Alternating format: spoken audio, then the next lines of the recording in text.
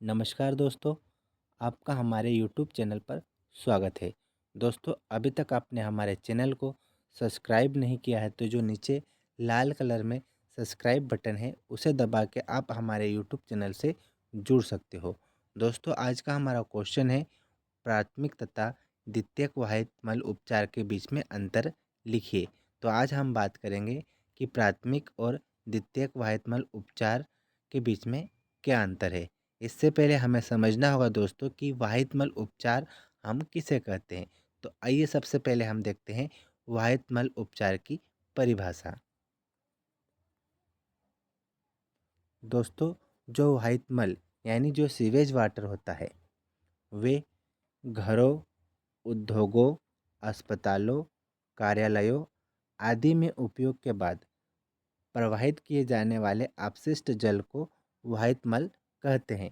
यानी हम सीधे सीधे शब्दों में कहें दोस्तों, तो जो बड़े बड़े शहर है, जो बड़े बड़े नगर है, उन शहरों का, उन नगरों का जो गंदा पानी होता है और शहर से बाहर उस पानी को हम प्रवाहित करते हैं, तो उसी पानी को, उसी जल को दोस्तों हम बोलते हैं क्या?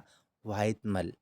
जी हाँ दोस्तों, बड़े बड़े नगरों और शहरों का जो गंदा पानी होता है उसे हम बोलते वाहित मल।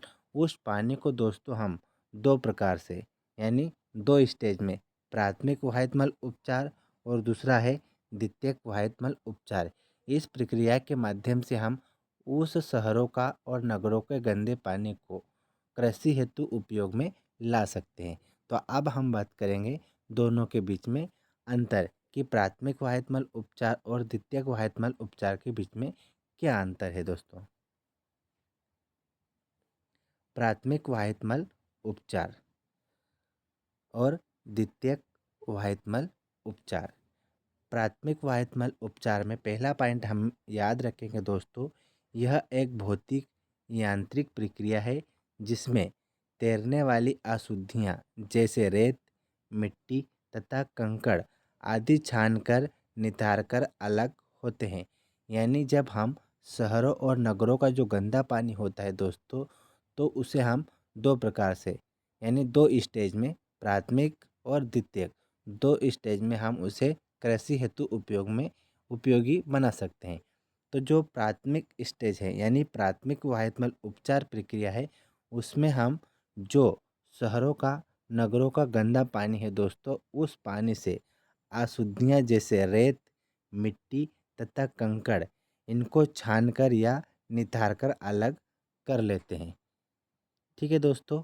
और दूसरा पॉइंट हम याद रखेंगे प्राथमिक वाहित मल उपचार के अंतर्गत कि इस उपचार से बीओडी यानी बायोलॉजिकल ऑक्सीजन डिमांड पर कोई प्रभाव नहीं पड़ता है। अब हम बात करेंगे द्वितीयक वाहित मल उपचार। इसमें हम पहला पॉइंट याद रखेंगे कि यह एक जैविक प्रक्रिया है। कैसी प्रक्रिया है दोस्तों?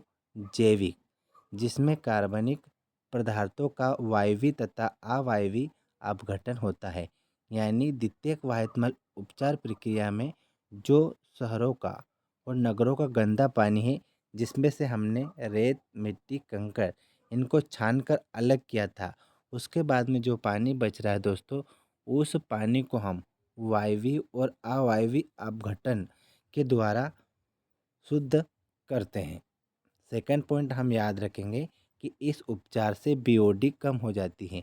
यानी जो द्वितीयक वाहित मल उपचार प्रक्रिया के अंतर्गत जो हम सीवेज वाटर है, जिसे हम कृषि हेतु उपयोग में लाने हेतु बनाते हैं, उसका जो बीओडी है वो कैसा हो जाता है? उस पानी का बीओडी कम हो जाता है। यानी पानी में जो बायोलॉजिकल ऑक्सीजन डिमांड है उसकी मात्रा कम हो जाती है और पानी कृषि हेतु उपयोग में हम ला सकते हैं। तो इस तरह से हमें याद रखना है प्राथमिक वाहित मल उपचार और द्वितीयक वाहित मल उपचार के बीच में अंतर। तो आई होप दोस्तों आपको ये वीडियो पसंद आया होगा। धन्यवाद दोस्तों।